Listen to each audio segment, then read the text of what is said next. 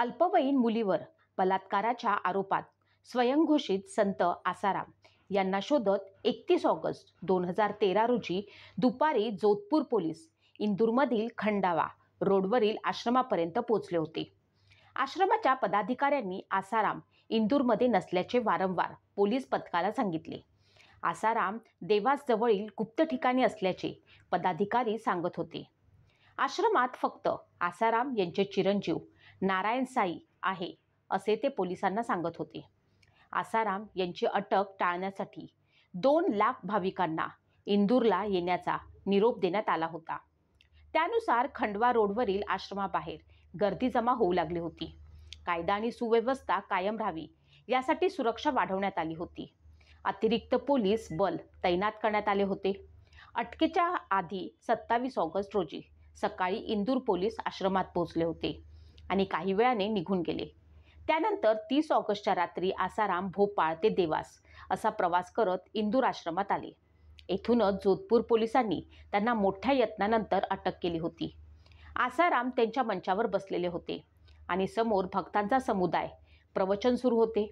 तेवढ्यात टीव्ही चॅनलचा पत्रकार येतो आणि प्रश्नोत्तरे सुरू केली. तुमच्यावरती गंभीर आरोप आहे. तेव्हा आसाराम म्हणाले, सर्व आरोप खोटे आहेत. जोधपूरच्या त्या कुटीत काहीच झाले नाही. तिथे बसून जर बोलत असलो तर लांबपर्यंत आवाज जातो. मी 1.5 तास तोंड दाबून धरले आणि कोणाला आवाज आला नाही, काही कळाले नाही असे कसे होऊ शकेल? मी भेटलो असेल, अनेकांना भेटतो, परंतु तसा भेटलो नाही जसे बोलले जात आहे. तुम्हाला अटक होण्याची शक्यता आहे? पत्रकार म्हणाला, नाही.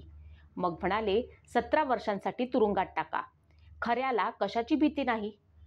तेव्हा पत्रकाराने विचारले, तुम्ही स्वतःला निर्दोष कसे सिद्ध करणार? भक्तांनी जयघोष सुरू केला. तेव्हा आसाराम म्हणाले, थोडा कॅमेरा तिकडे देखील फिरवा. मला तर रोज 20 देशातील लोक पाहतात आणि ऐकतात. तेव्हा आसारामचा चेहरा रागानं लाल झाला होता. पत्रकाराने पुन्हा प्रश्न केला. आसाराम म्हणाले, आता जरा भक्तांशी बोला आणि बोलू लागले. सकाळी उठून पाणी पिणे अत्यंत गरजेचे आहे. सकाळी 9 ते 11 दरम्यान भोजन सर्वोत्तम आहे. पत्रकाराने प्रश्न विचारला. तेव्हा रागावलेले असतानाही हसून आसाराम भक्तांना म्हणाले, रात्री 1 ते 3 दरम्यान जागरण करणे धोकादायक आहे. तेव्हा पत्रकार म्हणाला, उत्तर तरी द्या. त्याकडे कानाडोळा करत आसाराम परत भक्तांशी संवाद साधू लागले. टेन्शन 3 प्रकारचे असते, शारीरिक, मानसिक आणि बौद्धिक. पत्रकाराने पुन्हा आवाज चढवून प्रश्न विचारला. आसाराम यांनी माईक हातात घेऊन ओम ओम ओम असा जयघोष सुरू केला. त्यांच्या पाठोपाठ भक्तही जयघोष करू लागले. पत्रकाराने पुन्हा उत्तराची अपेक्षा केली. आसाराम त्यांच्याकडे पाहून फक्त हसत राहिले आणि म्हणाले, हसण्याने आधी सांगितलेले सर्व टेन्शन कमी होतात. फ्लाईटची वेळ झाली आहे, चला एअरपोर्टला. आणि आसाराम मुंबई मार्गे सुरतच्या दिशेने निघाले. ही घटना जोधपूर येथील मलाई गावामध्ये झालेली असते. त्या दिवशी अजय लांबा यांना समोरून एक फोन येतो. समोरचा व्यक्ती सांगतो की मला तुमच्याशी आसाराम बापूंविषयी बोलायचं आहे. अजय लांबा यांनी विचारलं, काय झालं? तेव्हा समोरून सांगितलं जातं की FIR मध्ये असं लिहिलेलं आहे की आसाराम बापूने एका अल्पवयीन मुलीसोबत बलात्कार केलेला आहे. ही केस अनेक कलमांच्या अंतर्गत नोंदवली गेली आहे. शिवाय यात पॉक्सो ॲक्ट देखील लागलेला आहे. हे ऐकून अजय लांबा काही क्षणांसाठी शांत होतात. आता अजय लांबा यांच्या लक्षातही आलं की ही काही साधीसुधी केस नाही. ही घटना जोधपूरमधील मनाई गावात झालेली असल्यामुळे ह्या केसची सर्व माहिती जोधपूर पोलिसांनाच करावी लागणार होती. पीडित कुटुंब लवकरच त्यांच्याकडे पोचणार होतं. अजय लांबा जेव्हा केसचे डिटेल्स पाहतात तेव्हा त्यांना कळतं की ही घटना एका झोपडीमध्ये झालेली आहे, जी आसाराम बापूंच्या फार्म हाऊसजवळ आहे. तेव्हा त्यांना वाटलं की एखादी साधारण झोपडी असावी, कारण आसाराम बापू एक साधू होते. पण जेव्हा ते प्रत्यक्ष स्थळी पोचतात तेव्हा समोरचं दृश्य पाहून ते अचंबित होतात. कारण ती झोपडी नव्हती, तर पांढऱ्या संगमरवरी दगडाची बांधलेली एक दुमजली घर होतं. सारं काही अगदी व्यवस्थित होतं. काहीच वेळानंतर त्या मुलीचे आईवडील आणि ती मुलगी पोलीस स्टेशनमध्ये पोहोचतात. ती मुलगी नंतर सारं काही सत्य सांगते. उत्तर प्रदेशमधील शहाजहापूरची ती राहणारी होती. तिच्या वडिलांचा ट्रान्सपोर्टचा व्यवसाय होता आणि ते आसाराम बापूंचे भक्त होते. ती आणि तिचा लहान भाऊ दोघेही गुरुकुलमध्ये शिक्षण घेत होते. ऑगस्टमध्ये एके दिवशी ती आजारी पडली. तेव्हा तिने तेथील व्यवस्थापकाला ते सांगितले. तेव्हा तिने तिला आराम करायला सांगितले. पण पुढच्या दिवशी सकाळी मात्र तिला ऑफिसमध्ये बोलावण्यात आले आणि त्यानंतर तिला सांगण्यात आलं की तुझ्या आतमध्ये आत्म्याने प्रवेश केलेला आहे. तुला आता फक्त आसाराम बापूच व्यवस्थित करू शकतात. त्यानंतर तिच्या आईवडिलांना देखील बोलावले जाते आणि हीच गोष्ट सांगितली जाते. त्यांनी तिच्या आईवडिलांना हेच सांगितले की मुलीला लगेचच तुम्ही आसाराम बापू यांच्या आश्रमामध्ये घेऊन जा. व्यवस्थापकांनी सांगितल्याप्रमाणे 2 दिवसांनी ते कुटुंब आसाराम बापूंच्या आश्रमामध्ये पोहोचते. आसाराम बापू तेव्हा 150-200 लोकांच्या जमावामध्ये सत्संग करत होते. जेव्हा सत्संग संपला तेव्हा त्यांना बोलावण्यात आले. आसाराम बापूंनी तिच्या डोळ्यात पाहिले आणि तिला सांगितले की तुझ्या आतमध्ये एक आत्मा वसलेली आहे आणि ह्याला फक्त मीच बाहेर काढू शकतो. हे ऐकून आईवडील देखील चिंतित झाले. पण कुणालाही कल्पना देखील नव्हती की याच्या पुढे काय होऊ शकतं. त्यानंतर साधारण 10:30च्या दरम्यान त्या मुलीला आणि तिच्या आईवडिलांना आसाराम यांच्या आश्रमामध्ये बोलावण्यात आलं. त्याने साधारण तिच्याशी काही प्रश्न विचारले आणि पुन्हा जाण्यास सांगितले. दुसऱ्या दिवशी देखील त्याच वेळेला त्यांना बोलावण्यात आले. पण या वेळेला मात्र तिच्या आईवडिलांना बाहेर थांबण्यास सांगण्यात आले. त्यांना सांगितले गेले की तुम्ही बाहेर बसून मंत्रजाप करा, मी हिचा तोपर्यंत इलाज करतो. त्यानंतर आसाराम आतल्या रूममध्ये निघून गेले. जेव्हा त्या मुलीने आतमध्ये प्रवेश केला तेव्हा तिनं पाहिलं की आतमध्ये खूप अंधार होता. फक्त काही अंधुक प्रकाश तिथे दिसत होता. आसारामने त्या मुलीला आपल्या बाजूला बसण्यास सांगितले. ती मुलगी त्या परिस्थितीला घाबरली होती. तेव्हा आसारामांनी सांगितले की तू घाबरू नकोस, मी काही मंत्र जप करणार आहे ज्यामुळे तुझ्या अंगामध्ये असलेली आत्मा तुझे शरीर सोडून जाईल. खरे पाहता ती मुलगी घाबरली होती, पण तिने तिच्या मनाला समजावले की हे आपले गुरु आहेत, हे आपल्यासोबत काहीही वाईट करू शकत नाहीत. पण काही वेळानंतर मात्र गुरूंमध्ये शैतान आला व त्यांनी तिच्यावरती जोर जबरदस्ती करायला सुरुवात केली. तिच्यावर अत्याचार केल्यानंतर जेव्हा ती बाहेर जाऊ लागली तेव्हा तिला सांगितले की जर ह्या गोष्टीची माहिती बाहेर कोणाला दिली तर तुझ्या भावाला आणि तुझ्या आईवडिलांना कायमचं संपवलं जाईल. ती मुलगी गपचूप आपले कपडे घालून बाहेर आली. त्यानंतर ती आपल्या कुटुंबासमवेत घरी निघून गेली. 2 दिवस तिने आपल्या कुटुंबियांना याबद्दल काहीही सांगितले नाही. पण नंतर मात्र तिने आपल्या आईला सर्व सत्य सांगितले. हे सारं ऐकून तिच्या आईवडिलांच्या पायाखालची जमीन हादरली. तेव्हा त्यांनी ठरवलं की आपण जाऊन आसाराम त्यांना भेटावं. पण जेव्हा ते दिल्लीला पोचले तेव्हा मात्र त्यांना आश्रममध्ये प्रवेश करू दिला नाही. त्यामुळे ते पीडित कुटुंब पोलीस स्टेशनमध्ये गेले आणि तिथे त्यांनी FIR नोंदवली.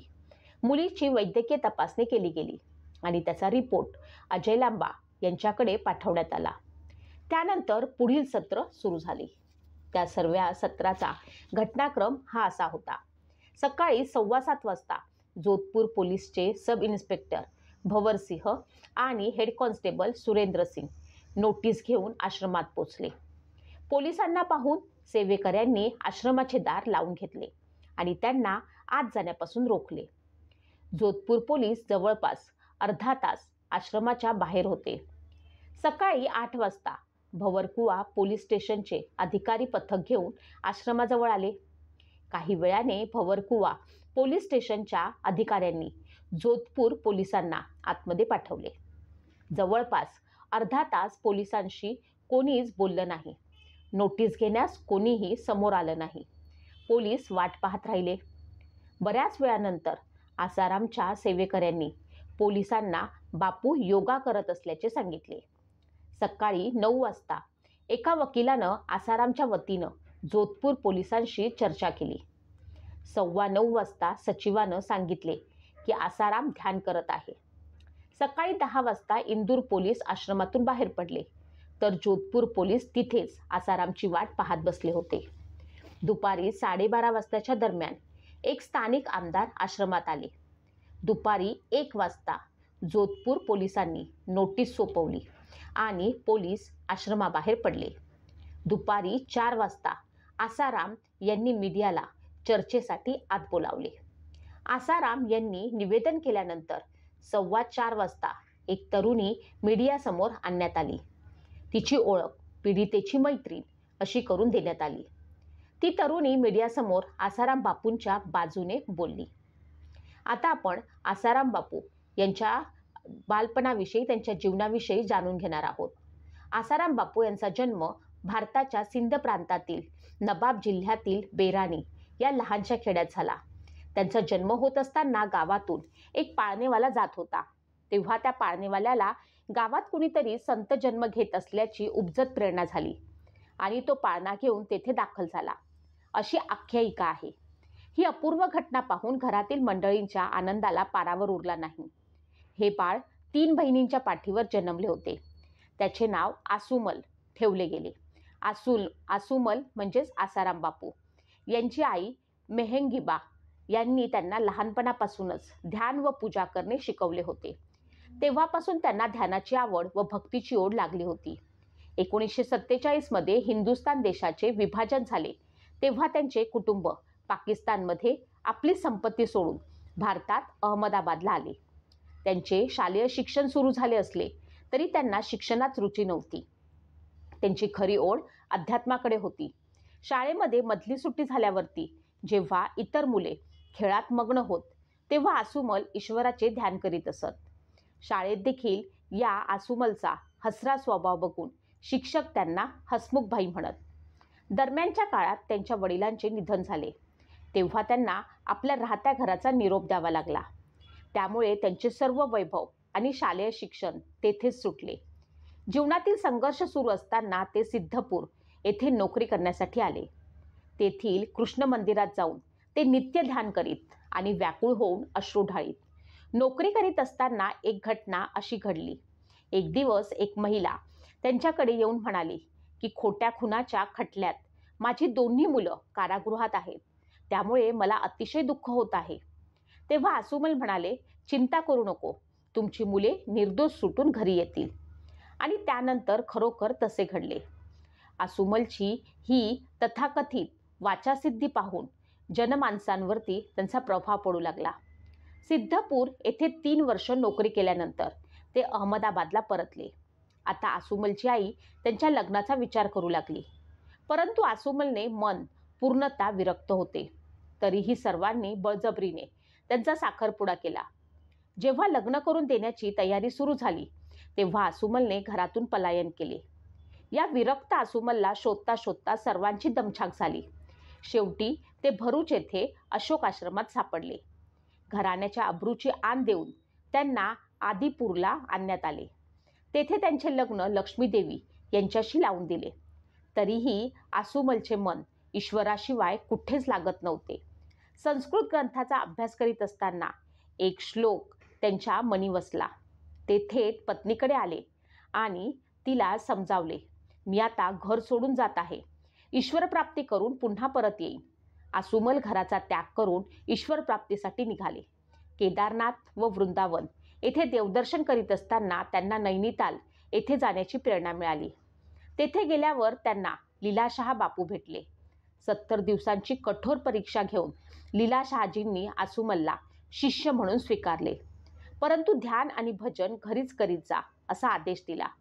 गुरूंच्या आज्ञेनं घरी परतत असताना ते एका रात्री नर्मदा नदीच्या किनारी ध्यानस्थ बसले होते.